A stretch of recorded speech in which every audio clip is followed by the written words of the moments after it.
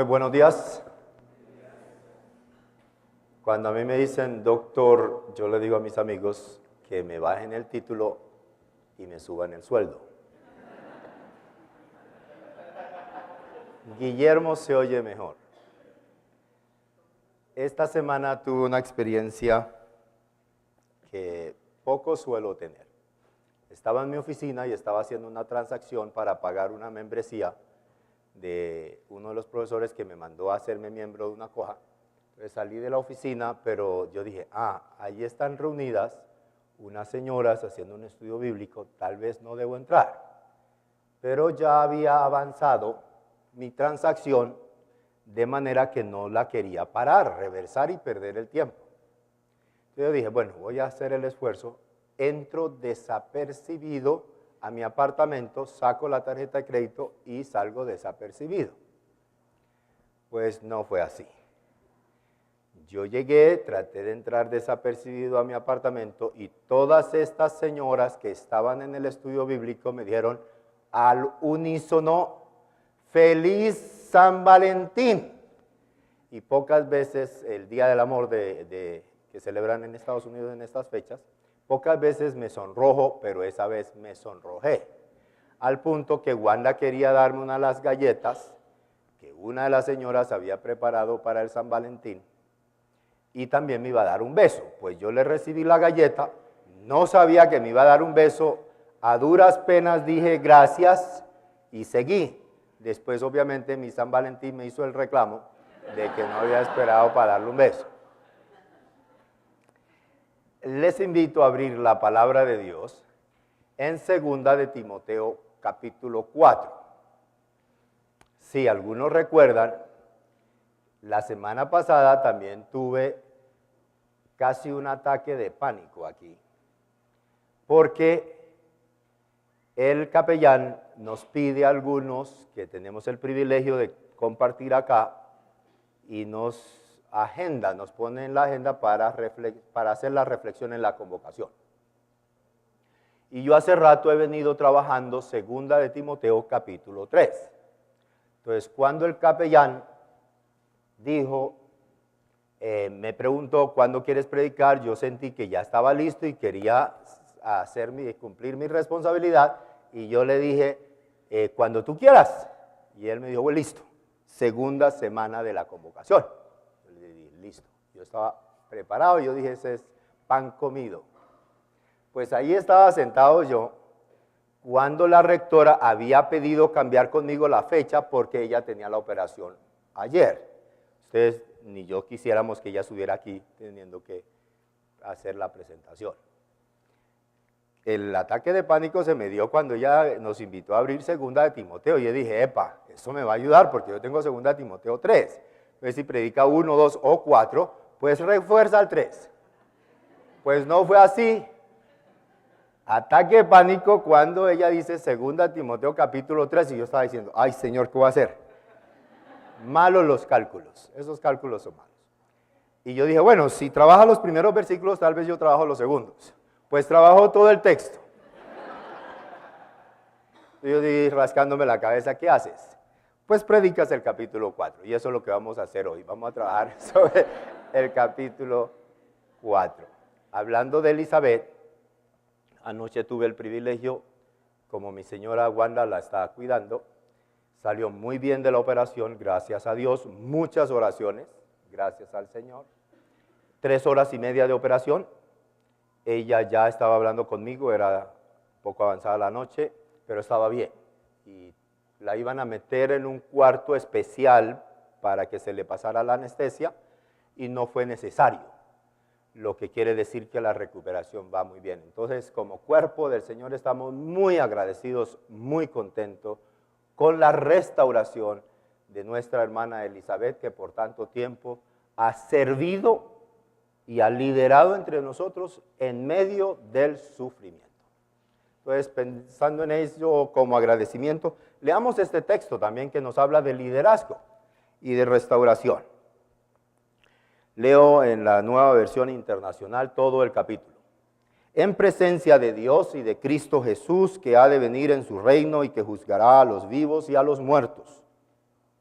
te doy este solemne encargo. Predica la palabra, persiste en hacerlo, sea o no sea oportuno, corrige, reprende y anima con mucha paciencia, sin dejar de enseñar, porque llegará el tiempo en que no van a tolerar la sana doctrina, sino que, llevados de sus propios deseos, se rodearán de maestros que les digan las novelerías que quieren oír. Dejarán de escuchar la verdad y se volverán a los mitos. Tú, por el contrario, sé prudente en todas las circunstancias, soporta los sufrimientos, dedícate a la evangelización, cumple con los deberes de tu ministerio. Yo, por mi parte, ya estoy a punto de ser ofrecido como un sacrificio y el tiempo de mi partida ha llegado. He peleado la buena batalla, he terminado la carrera, me he mantenido en la fe. Por lo demás me espera la corona de justicia que el Señor, el juez justo, me otorgará en aquel día, y no solo a mí, sino también a todos los que con amor hayan esperado su venida. Haz todo lo posible por venir a verme cuanto antes, pues Demas, por amor a este mundo, me ha abandonado y se ha ido a Tesalónica, Crescente, se ha ido a Galacia y Tito a Dalmacia. Solo Lucas está conmigo. Recoge a Marcos, tráelo contigo porque me es de ayuda en mi ministerio. A Tíquico lo mandé a Éfeso. Cuando vengas, trae la capa que dejé en Troas en casa de Carpo. Trae también los libros, especialmente los pergaminos. Alejandro el herrero me ha hecho mucho daño. El Señor le dará su merecido. Tú también cuídate de él porque se opuso tenazmente a nuestro mensaje. En mi primera defensa nadie me respaldó, sino que todos me abandonaron, que no les sea tomado en cuenta. Pero el Señor estuvo a mi lado y me dio fuerzas para que por medio de mí se llevara a cabo la predicación del mensaje y la oyeran todos los paganos, y fui librado de la boca del león. El Señor me librará de todo mal y me preservará para su reino celestial. A Él sea la gloria por los siglos de los siglos. Amén. Saludos a Priscila y a Aquila y a la familia de Onesíforo. Erasto se quedó en Corinto, a Trófimo lo dejé enfermo en Mileto. Haz todo lo posible por venir antes del invierno. Te mandan saludos Eubulo, Pudente, Lino, Claudia y todos los hermanos. El Señor esté con tu espíritu, que la gracia sea con ustedes. Que el Señor añada una bendición a la palabra leída. Tal vez en nuestro teje-maneje de todos los días, de nuestros ministerios, de los estudios, del pastorado, de las responsabilidades, del aseo, de lo administrativo, te sientes agobiado. Y te sientes, ¿y todo este rollo para qué? Y todo este ir y venir y trabajar, ir tardes horas a la noche como Gloria Patricia, yo creo que a ella es la que más se enriquece aquí porque trabaja hasta altas horas de la noche, se quedan trabajando durísimo, otras oficinas se quedan, tú trabajas, a las 11 de la noche llegó Donaldo a mi apartamento, vio la luz prendida, todavía estamos trabajando y a veces nos podemos sentir alicaídos. ¿Todo esto para qué? Y creo que este pasaje nos recuerda la razón de por qué tanto trabajo, tanta lucha, que sí vale la pena seguirle apostando. Y Pablo, o el referente de esta carta, que es el apóstol Pablo, nos da unos elementos importantes. El primero es la solemnidad del encargo. La solemnidad del encargo. Yo te encargo solemnemente. Entonces, lo primero que y uno puede decir es el encargo sagrado, es el encargo precioso. Hay varias razones por las que este encargo que Pablo le hace a su discípulo, amigo, consiervo, compañero de duras y de armaduras, Timoteo, es solemne. Dos razones importantes por las que este encargo es solemne. Uno, es la presencia, en presencia de nuestro Señor Jesucristo. Y si uno pasa la página antes, en el capítulo 1, versículos 9 y 10, ya hay un referente que el autor ha establecido con relación a Jesucristo. ¿Quién es este Jesucristo? En presencia de Jesucristo. ¿Y quién es él? Versículo 1, 9 y 10. Pues Dios nos salvó y nos llamó a una vida santa, no por nuestras propias obras, sino por su propia determinación y gracia. nos concedió este favor de la salvación y de vivir una vida santa en Cristo Jesús antes del comienzo del tiempo, y ahora lo ha revelado con la venida de nuestro Salvador Cristo Jesús, quien destruyó la muerte y sacó a la luz la vida incorruptible mediante el Evangelio. Esto en capítulo 1, versículo 9 y 10, es lo que Cristo Jesús ya ha hecho. Ahora Pablo en el capítulo 4, versículo 1, le dice: te encargo en presencia de nuestro Señor Jesucristo. Entonces no es cualquier testigo el que hace solemne el momento del encargo. Y no solamente el momento en el tiempo, pero todo lo que significa el encargo. Es en presencia de nuestro Señor Jesucristo. Así debemos reconocer el encargo que tú tienes. Y si te sientes alicaído, recuerda la solemnidad del encargo. Es en presencia de nuestro Señor Jesucristo. No es en presencia de la profesora de hebreo, ni del profesor de griego, ni de los profesores de aquí. Es en presencia del Señor Jesucristo, quien se metió en nuestro pellejo y sabe cómo es que la cosa anda.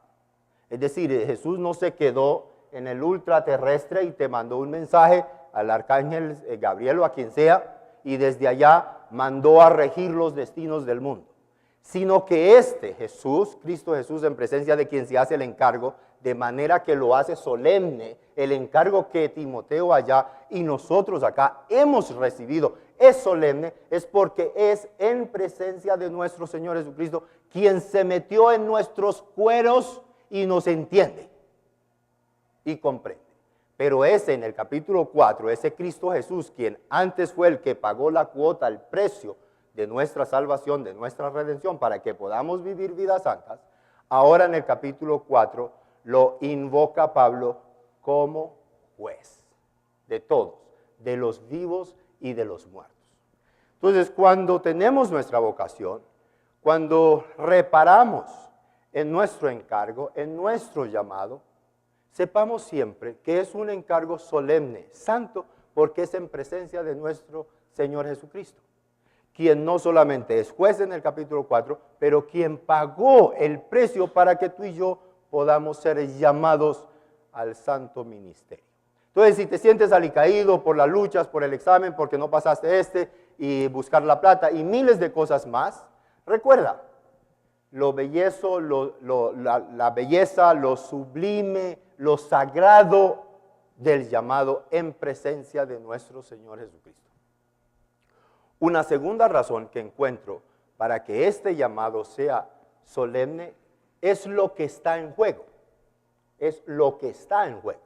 Nuestro llamado, lo que nosotros hacemos en nuestras diferentes capacidades, tiene una repercusión y es una trascendencia importantísima. Volviendo al capítulo 3, los primeros versículos del capítulo 3, Elizabeth nos explicaba la semana pasada que hay una cascada, yo los llamo de demonios, que controlan la vida. Y ella mencionaba 3 que comienzan con amor a uno mismo, amor a la plata, la avaricia y amor al placer. Pero hay una cascada, decía Elizabeth, de demonios, de actitudes que controlan la vida. Y como ya reflexionó sobre esto, lo único que me toca decir en cuanto a ese grupo de demonios, de actitudes, es que todas esas juntas o separadas llevan a la insensatez.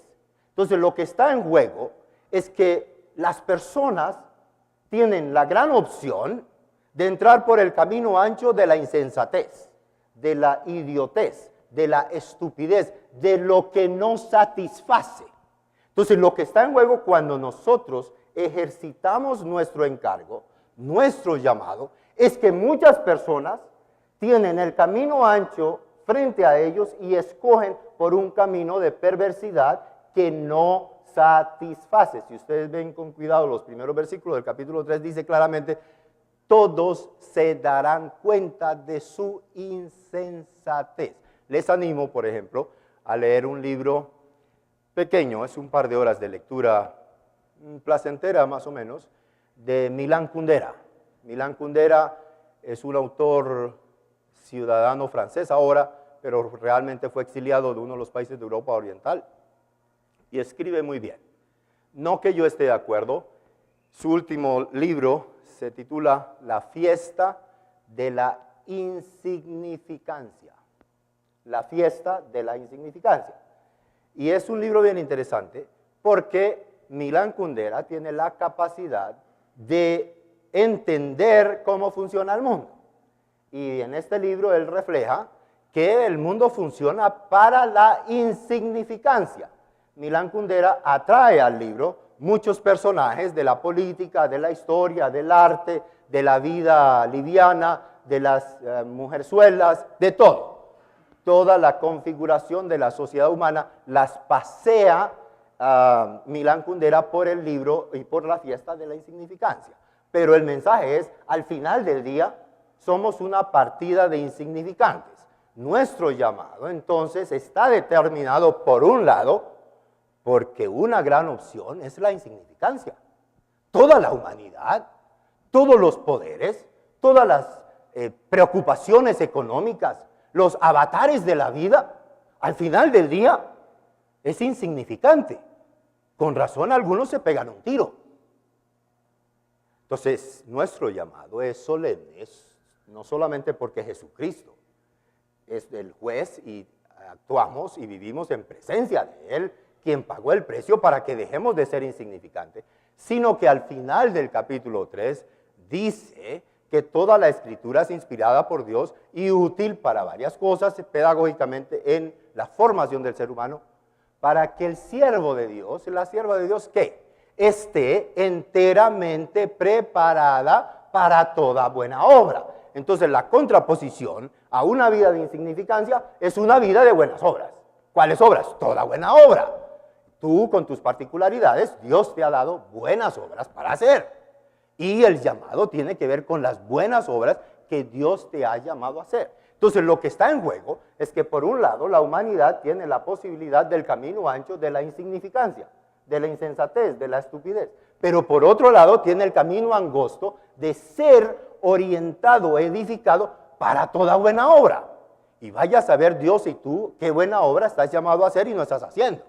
Pero la edificación en la palabra es para que nosotros nos bajemos de la nube de la insignificancia y de la estupidez de la insignificancia y entremos por el camino del encargo, del llamado, de la pasión, como oraba el vicerrector, de la pasión, que lo hagamos con pasión, para hacer toda buena obra. Entonces, la relevancia de nuestro llamado. Lo que está en juego es que las personas literalmente se están yendo o al infierno o al cielo. Al cielo es traer el reino de Jesucristo para hacer toda buena obra a la que tú estás llamado. Y a las que nuestros amigos y nuestros entornos, y con razón Pablo le dice a Timoteo, te encargo que sigas evangelizando, porque la evangelización es eso, es estimular a la gente que se salga de ese camino ancho y perverso y estúpido de la insignificancia y entrar por el camino que le da dignidad, relevancia, redención, salvación al ser humano, que es el de la salvación, el de las buenas obras. Y ese es un paradigma completamente distinto, esa es la salvación. Para hacer buenas obras está explicado en el capítulo 3 a partir de la palabra del Señor. Entonces, Jesucristo, la presencia del testigo Jesús, que ahora es juez en el capítulo 4, hace que el llamado sea solemne. Más lo que está en juego. Lo que está en juego es grandioso. Tu amigo, tu amiga que está perdida y a través de tu llamado, de tu encargo, cuando tú trabajas con el joven, con la joven, que puede encarrilarse por el camino de la insignificancia, tu llamado es sagrado. Entonces, si te sientes alicaído, ánimo, porque esto es solemne. Uno podría preguntarse, en español tenemos una expresión que es pobre de solemnidad. Si esto de solemne, recuerden las dos características que lo hace solemne, la presencia de Jesucristo como juez, pero también lo que está en juego, que la gente escoja la insignificancia y la perversidad o hacer buenas obras. Y ya sabemos cómo es que uno puede determinar vivir para hacer buenas obras. Pero uno puede decir, sí, eso es como ser pobre de solemnidad, que eso es para andar ceremonioso. Pobre de solemnidad es aquel que genera lástima, o andar con la cabeza enhiesta, o como decimos en la costa, con la cara montada, con el cejo fruncido, si la solemnidad es eso de andar con corbatas como ando yo, si la solemnidad es la ceremonia, etc. Ustedes, la mayoría saben que yo tuve una vida de diplomático antes, en mi vida pasada, antes de mi reencarnación. Este es el comienzo de lo que se llama trajes formales. ¿Cómo es que se llama en español? No, pantalón, exactamente. Este se llama pantalón. Y en un anglicismo espantoso, a esto lo llaman smoking. Entonces uno en reuniones normalmente anda en smoking. Yo tuve el privilegio de representar al país en Japón, en Australia y en Canadá. Los tres tienen la particularidad que son monarquías. Monarquía o el imperio como en Japón, cuyo emperador vive en Japón, en Tokio, y tuvimos la oportunidad de ir al Palacio Imperial muchas veces, veía al emperador hasta en la sopa. De paso ya el emperador está por salir y su hijo Akihito, con quien me senté varias veces en unas reuniones que después le cuento, lo va a reemplazar. En Australia, su monarquía, la monarca vive en el Reino Unido y igualmente Canadá, pero esos países tienen mucha ceremonial. Además de ese pantalón, el smoking, hay otros dos trajes formales, que es el traje de cola o traje leva, que es lo más elegante cuando las personas tienen eventos sociales en las mañanas. En la Santa Fe de Bogotá, que yo alcancé a conocer, por eso se llaman cachacos, se utilizaba hasta hace poco, yo no soy muy viejo, el traje de cola o el traje de leva, porque tienen unas colas y eso comenzó en la Inglaterra del siglo XIX con los cazadores en caballos que se dejaban la leva. Y hay otro más formal que es el frac, ya es el traje más formal en la noche para eventos sociales de alto turmequé. Entonces yo llegué a tener los tres, todavía los estoy pagando porque son costosos, pero esa es la ceremonia, eso es lo ceremonial. Lo que les quiero decir es que la solemnidad de nuestro encargo no tiene que ver con lo ceremonioso. El hábito no hace al monje. Entonces, no es que uno siempre tiene que andar corbatudo, solemne, por encima, mirándole a los otros, con la cara montada, regañadora, el cejo fruncido, nada de eso. Y aquí, además de la solemnidad, en el capítulo 4, dos cosas más que quiero ver con ustedes son las siguientes. El encargo sí es solemne, pero es práctico. Miren las cosas, no tenemos tiempo de irlos en detalle, pero a renglón seguido, después que Pablo le da el encargo solemne a Timoteo y le dice además, es que las circunstancias es que yo me voy, yo estoy próximo a ser liquidado, a que me pasen a la guillotina y explica y me será dada la corona, y no solo a mí, sino a todos los que aman la venida. Cuando usted lee el versículo 9, hay allí como un choque, porque viene de solemnidad, viene de hablar de que él se va, entonces uno empieza a ponerse serio, pensativo, preocupado, y de pronto Pablo empieza a hablar, haz todo lo posible por venir a verme, y habla de viajes, de personas, no te olvides traerme a Marco en el camino porque él me es útil también para mi ministerio, habla de libros, a algunos estudiantes se le dañó el mensaje, hasta ahí va bien, pero cuando le mencionan libros, no, le mencionan los libros también. En la Biblia, en el Nuevo Testamento, es bíblico que le traigan los libros, es bíblico que compren los libros y no los pirateen, es bíblico que lean los libros. Pablo también pide que le traigan los libros, pero algo más que me sorprende, y te debe sorprender cuando uno está leyendo la solemnidad del encargo, y de pronto Pablo está diciendo, oye, no se te olvide la capa era como un poncho, y vente antes del invierno porque la cosa se está poniendo fría. Esta cárcel, si es que Pablo estaba en prisión, está fríísima, tráeme el poncho que dejé por allá en otro lugar, en Troas, si mal no recuerdo, en Troas.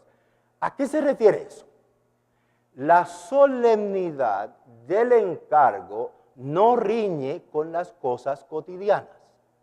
La solemnidad de lo que hacemos para que la gente no se vaya a la insignificancia, sino que busque hacer cosas buenas a través de nuestra enseñanza, de la proclamación de la palabra, de lo que hacemos, de instruir, de redarguir, a veces el regañito, ¿sí me explico? Pero no cantaleta. Cuando Pablo dice a tiempo y fuera de tiempo, no está diciendo que seas impertinente.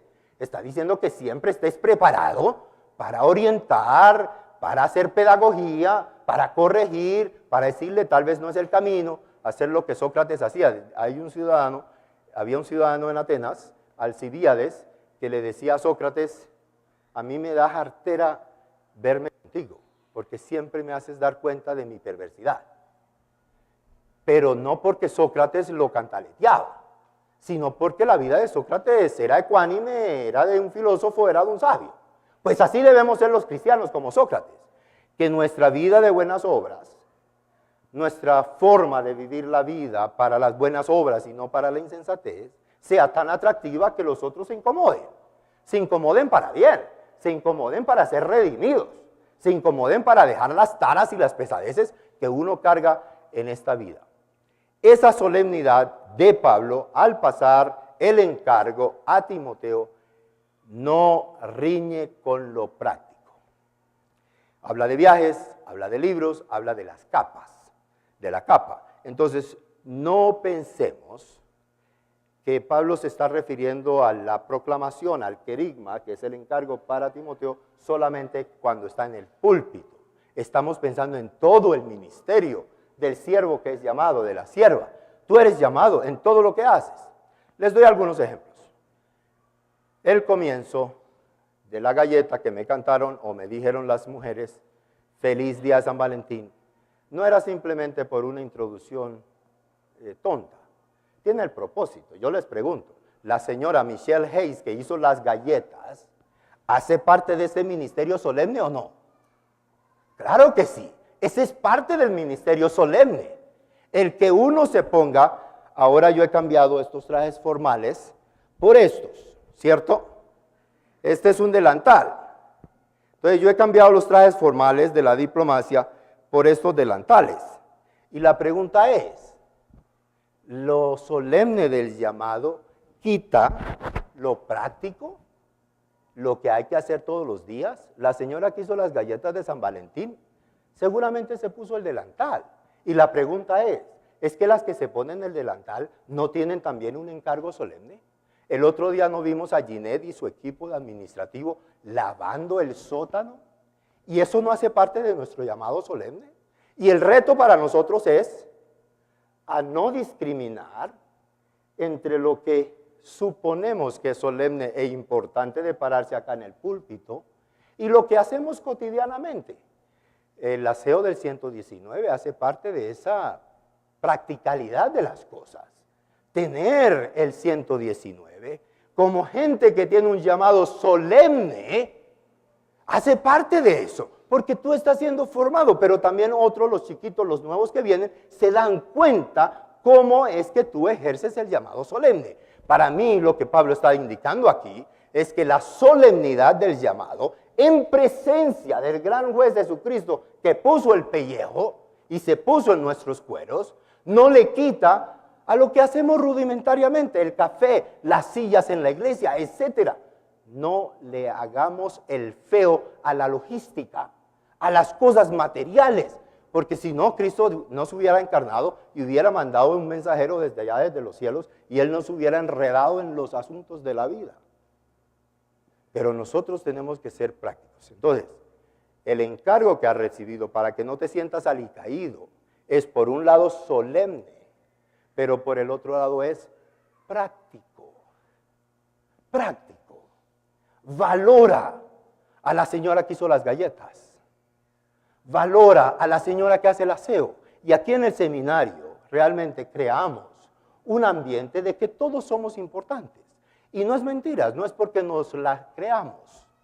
Bájate de la nube de la solemnidad. La solemnidad no quiere decir que unos están destinados solo para la ceremonia formal y otros de segunda categoría están destinados para los oficios menores. Falso de toda falsedad. El pastor, el buen predicador, también se debe poner el delantal y no solamente la corbata. Amén. Y hay una más. El llamado, el encargo, la vocación es solemne, porque lo que está en juego es grave, es de trascendencia. No hay que trivializarla.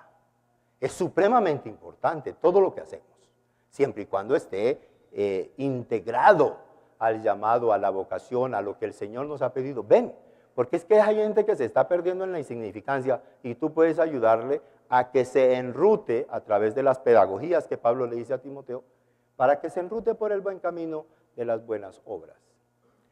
Lo último es esto: además de que el llamado es solemne y es práctico, es realista.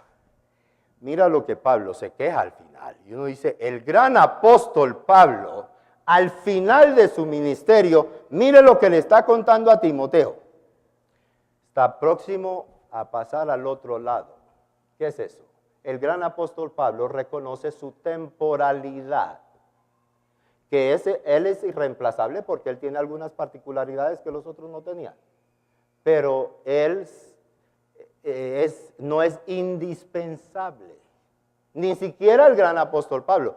¿Cuánto no daríamos nosotros por tener a los apóstoles entre nosotros? Algunos se presumen apóstoles, pero ya ustedes saben muy bien que esos son pseudoapóstoles. Pero ¿cuánto no daríamos por tener los grandes apóstoles? Pues el Señor le apostó a nuestra condición, a tus realidades. Yo tuve en mi primer año acá, hace 5 años, un estudiante que compartió en práctica ministerial. Yo estoy contento esta semana, yo quiero compartir porque por primera vez monté un elevador, un ascensor. Y eso me tocó a mí, se me erizaron los vellos porque yo decía, Señor, esa es la iglesia que queremos servir, la iglesia remota, la iglesia de los lugares más recónditos de este país. Ayer estaba haciendo un examen por internet, un muchacho en Villavicencio. Esa es la iglesia que nosotros servimos. Allí se está construyendo reino. Un muchacho serio, comprometido, hizo buen examen, buen repaso, pero tenía problemas para el internet. Pero el reino de Dios, la solemnidad del mandato, se cumple aún a pesar de los obstáculos. Ya el pastor Luis Eduardo nos hablaba de las deficiencias. Sí, nosotros somos deficientes. ¿Y quién no es deficiente? Tenemos dificultades, obstáculos, limitaciones. 24 horas solamente en el día, 7 días a la semana. El tiempo no nos alcanza, la plata tampoco. La mujer sí me alcanza, pero etcétera. Sí me explico. Pero el gran apóstol Pablo, al final de sus días, haciendo un encargo solemne, uno diría, aquí va el tipo a desbocarse y a hablar de todo lo que ha hecho y a hacerse ínfulas y a mostrar sus éxitos y sus victorias. Miren la carta. Yo estoy que paso al papayo. Yo soy transitorio. ¿Y tú qué bien te las crees? Que eres imprescindible. Nada. A rey puesto, a rey ido, rey puesto. ¿Sí me explico? Entonces, bajémonos de la nube de que somos imprescindibles, que sin mí el Señor no va a poder seguir construyendo su reino. Agradezcámosle que por su gracia hemos sido llamados al santo ministerio, a un ministerio solemne que tiene trascendencia importante. Pero además en esta carta, Pablo reiteradamente en este capítulo habla de ¿qué? Del abandono. Ha sido abandonado por Demas, que prefirió las mieles de este mundo. Ha sido abandonado, además metido en líos por Alejandro el herrero, y se siente solo, solo Lucas está conmigo. Abandono. ¿Sabes qué? El llamado solemne al ministerio no es para que mueras como los mosquitos que mueren en el aplauso. No busques el aplauso del respetable, no sirve para nada. Ya estamos en presencia del que sí es respetable. Eso es suficiente. Entonces no importa, y aún al apóstol Pablo, el verdadero apóstol Pablo, fue abandonado y se siente abandonado. Más aún, en el penúltimo versículo, el versículo 20 dice, a Trófimo lo dejé enfermo en Mileto. ¿Ah? ¿El apóstol no lo pudo sanar a Trófimo? No, no lo sanó. Lo tuvo que dejar en Mileto enfermo. Entonces, fíjate, apuéstale a un ministerio realista. No podemos sanar a todos. No podemos pensar que vamos a ser populares con todo el mundo. Y reconozcamos nuestra temporalidad, nuestra transitoriedad. Alegrémonos con los éxitos de los otros. Y reconoce la solemnidad del llamado. Entonces, si estás alicaído que la lucha es dura, que la plata no te alcanza, que tanto pereque, que los estudios, que el examen, que no entiendo este griego, ni este hebreo, ni el español, ni el inglés. Precioso que hayamos sido llamados por la gracia del Señor. Aprovechemos que estamos en el seminario para reconocer y fortalecer la solemnidad de nuestro llamado. Aprovechemos la práctica ministerial. Aprovechemos la presencia de los compañeros de estudio. Aprovechemos la oración de hombres y mujeres en la brecha. Amén. Aprovechemos la oportunidad que Dios nos ha dado para reconocer la solemnidad del precioso llamado. Estás aquí porque Jesús pagó el precio para que tú estés aquí también. Y tú, el Señor te ha confiado a ti. Yo me alegré mucho ya para terminar con las entrevistas que hice para los nuevos estudiantes. Me alegró mucho ver cómo muchos de ustedes están aquí, los nuevos y los viejos seguramente, porque dijeron, yo he sentido el llamado del Señor para ayudar con los drogadictos. Ese es un llamado solemne. Y de pronto te veo ahí por la minorista, sucio como los de la calle, pero tú estás ejerciendo el llamado solemne. Y otros que quieren hacer recursos económicos para ayudar a jóvenes estudiantes a seguir en la universidad. Ese es un llamado solemne. El llamado solemne a Timoteo no solamente era pararse en el púlpito para predicar. Eso después de unas prácticas y unas enseñanzas del profesor John Burke en homilética, eso es más o menos fácil. Lo más duro es reconocer la solemnidad del llamado allí donde nadie te ve, donde te abandonan, donde dejas enfermos en los hospitales, como Pablo tuvo que dejar a Trófimo. Entonces, hermanos, el llamado de Dios es solemne, el llamado de Dios es práctico, cotidiano, y el llamado de Dios es realista. No le apuestes a la popularidad. Esa es llamadas de sirenas que te hacen perder el camino. Como le dice a Pablo a Timoteo, sé prudente. Amén. El Señor les bendiga.